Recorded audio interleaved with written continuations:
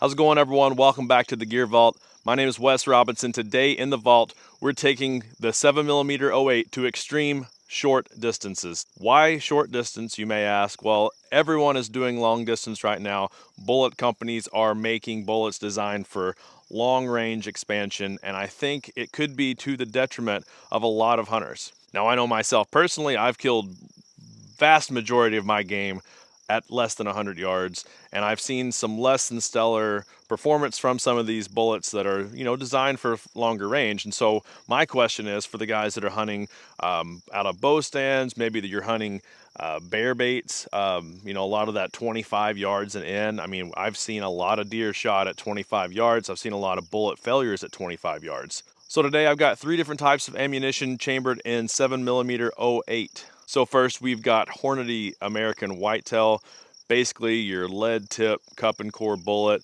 Says it right in the name. It's designed for whitetail.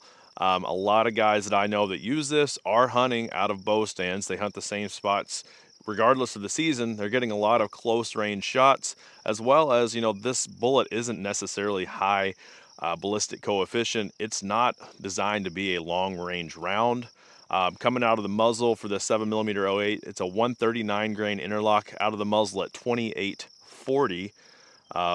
So, kind of standard stuff, right? Next up, we have got the Hornady Custom Light. That is loaded with a 120 grain SST. This one's coming out of the barrel at 2675. And to make sure I show the other end of the spectrum, we've got the Barnes Vortex. That's a 120 grain TTSX. Let's see what happens. For this test, we will be using a wrong-handed Tikka T3, not a T3X, original T3, Leupold VX Freedom 3-9 scope. This is my wife's rifle, but it's the only 708 I've got, and that's what I wanted to do this test on. We've got a 22-inch barrel. For this test, I'm not so much worried about what the weights are down to the grain. I'm not worried about the muzzle velocity. I just want to know if I shoot something at 25 yards, can I expect good performance? Is the bullet going to hold together? Is it going to blow apart? What's going to happen? Real quickly before we get started, I do want to say I am shooting jugs of water, not ballistics gel. That crap's expensive and we're not to that point yet.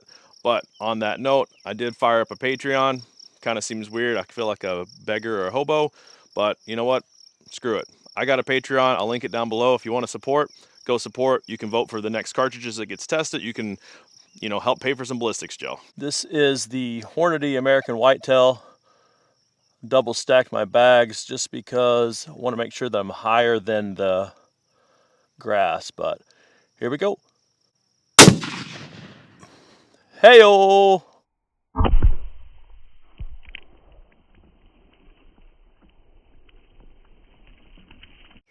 All right, so pretty good amount of damage, and I would honestly say pretty darn good performance. I basically had it set up like I don't know, a lazy diamond here. A couple in the front, and then two, and then three, and then one final one in the back, thinking there was a chance that it could kind of go, left or right. But we went through the first one, obviously destroyed. Second one, you can see, get in there.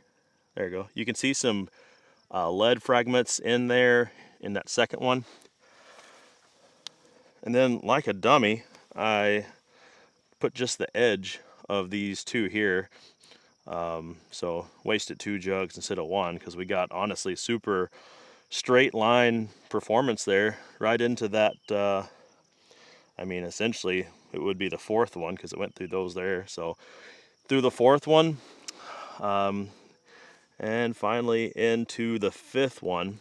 And if you look, let's see here, bullet is in there. So we'll get that out and see what it looks like.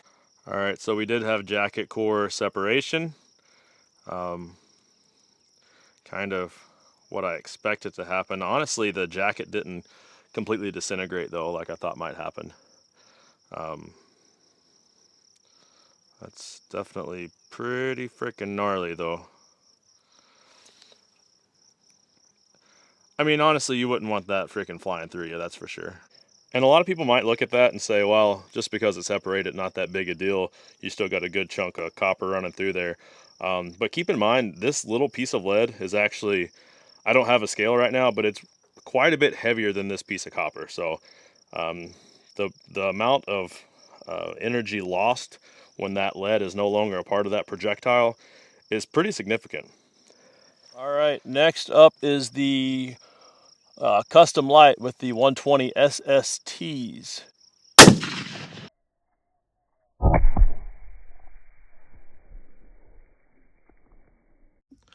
All right, y'all, real quick, we went in 1, 2, 3. There's some pieces of copper jacket in there, not much, but hit here and must have just bounced off because it is not in that one. Nothing else is damaged. In the slow-mo, you can actually kind of see something flying off, so that's either a horse fly or that bullet, but either way, hit middle of it, hit the middle of the first one, come through, and it must have been starting to veer off, bounced off of that, and went God knows where. So gonna re-rack and do it again. All right, second attempt to capture an SST. Here we go.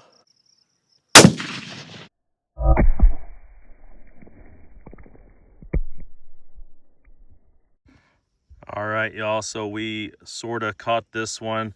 We went through number 1, number 2, number 3, and setting like this. Went through number 3, through there, landed right there. There's also some copper laying right there. There's some copper down on the ground there. See it there. So yeah, so I'm going to gather up what I can find and we'll see what it looks like. So there's everything. Not ideal.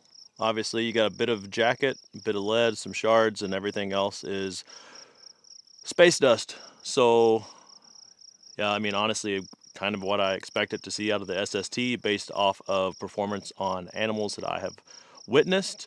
I don't know. What do you think? Is that acceptable or not? All right, we got the Barnes Vortex 120 grain TTSX. Hoping to catch this bullet because I'm about out of jugs and I fear that this might be the last crack. Here we go. Here's hoping.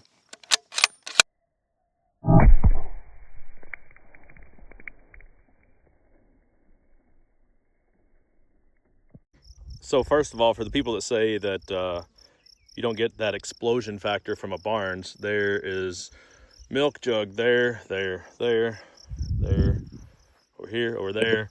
There was 2 in front of here. Both of them are gone. So where's the bullet? Went through 1, 2, 3, 4, into the 5th one. I'll have to double check, but I'm pretty sure that's the farthest any of them have went. And based on what I'm seeing, oh, I think she's in one piece, boys. Now that is what I'm talking about. Holy. She looks nice, huh? Like a friggin' ninja blender. Oh yeah. All right. Here's your better look at that bad looking bullet. Pretty much exactly what the box shows it looking like. I dig it. So some of that I expected and some of that I did not. I honestly expected the Barnes to do what the Barnes did. It's a solid copper bullet. That's what it's supposed to do. It's supposed to hold together. At close distance, like a 25-yard shot, a Barnes is an excellent choice. But what about the SST and the interlock? Well, in my opinion, just based off of today's results, I would say if you think that you're going to be shooting a, small to medium sized game, deer, bear, something like that, at that distance of, under 50 yards even, I would probably go for the interlock. I don't think that the SST is really designed to hold together at that kind of velocity. I was actually surprised at how well the interlock performed. I mean, yes, the lead core separated from the jacket. That's kind of to be expected at that distance. However, you still ended up with 2 pretty substantial size pieces of projectile going through whatever it's going through, right? So in this case, it was water, but I'm confident that if that would have been a deer at that distance, would not have been catastrophic failure. That would have been a very, very efficient kill. Now, the SST, honestly, both of them, I'm not so sure. The first one obviously kind of disintegrated and went wherever. The second one, we found all the pieces that we could find, and there wasn't that much left. It didn't just come apart, it came apart, and then the jacket kind of exploded. So there would have been catastrophic damage to something. I just don't know if that would have been the vitals or just below the skin. Now, I'm not saying that the SST is a bad bullet. I'm not even saying I don't recommend it. As a matter of fact, I've probably killed as many deer in my life as any other bullet with an SST. That being said, a lot of those deer, just about every single one of them, was probably 80 to 125 yards. And with a modest cartridge like a 7mm 08 or a 308, maybe even a 30-06, basically something that's leaving the muzzle at 3,000 feet per second or less, I would imagine 100 yards is probably where you're starting to get to that sweet spot of, yeah, it's probably going to be fine. Much closer than that, and you're starting to run a risk of having an issue. The reason I wanted to do this test in the first place was because last year my wife had an experience on a whitetail at about 30 some yards. I don't remember exactly, but it was pretty close. She had shot and actually missed, and it ran really close by. She got another shot, put it right where it should be, and performance was not that great. I actually talked about this in a few videos back. But basically what had happened was that bullet had just blew up, right? And you hear people saying that, and then you hear people saying like, no, it's just put it where it needs to go and it'll be fine, just don't hit the bone. Well, I seen where she hit it and the bullet blew up. And what I'm saying is the SST is a phenomenal killer within the parameters that it is designed for. It's not designed to impact a target at 2,800 feet per second. It just clearly isn't. And we're not even discussing medium range hunting, let alone long range hunting today. For those purposes, honestly, all three of these bullets would probably be just fine. I just have a little bit of an issue with the bullet companies making all these bullets designed specifically for long range and completely forgetting about the people that shoot a lot of crap at 50 yards or less, specifically eastern whitetail hunters who are hunting out of bow stands and black bear hunters over bait, and then anyone else who just happens to be close to the animal that they killed. So I just want you guys to know that if you're going to be in the situation at all, why not err on the side of caution and have a bullet that will hold up through all of that, you know? Final thoughts, SST is a no-go at short distance.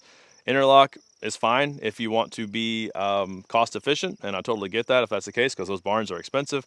However, if you're not worried about the price of the ammo and you're going to be shooting more than likely under 50 yards, just grab an all copper bullet. It doesn't have to be the Barnes. Grab a Hornady CX if you like Hornady.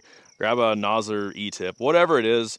Grab something that is going to hold together at those velocities, and then just make sure that if something is at 400 yards that you know where that bullet is dropping below the velocity threshold to open up, and just be ethical about it. You know, if you know that your bullet is not going 2,000 feet per second or 1,800 feet per second at any given distance, don't freaking shoot an animal at that distance and you're not going to have any bad experiences. And another thought, that's a 120 TTSX.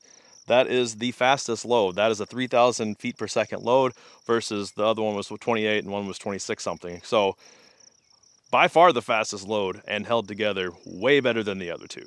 So I mentioned it earlier, but if you feel so inclined, I have started a Patreon. That's going to help me do more videos like this, ideally with some ballistics gel, other cartridges, other bullets, yada, yada, yada. I think this is fun. I think this is honestly super interesting, and I think it's necessary information these days. So check the link below for the Patreon. I would appreciate that.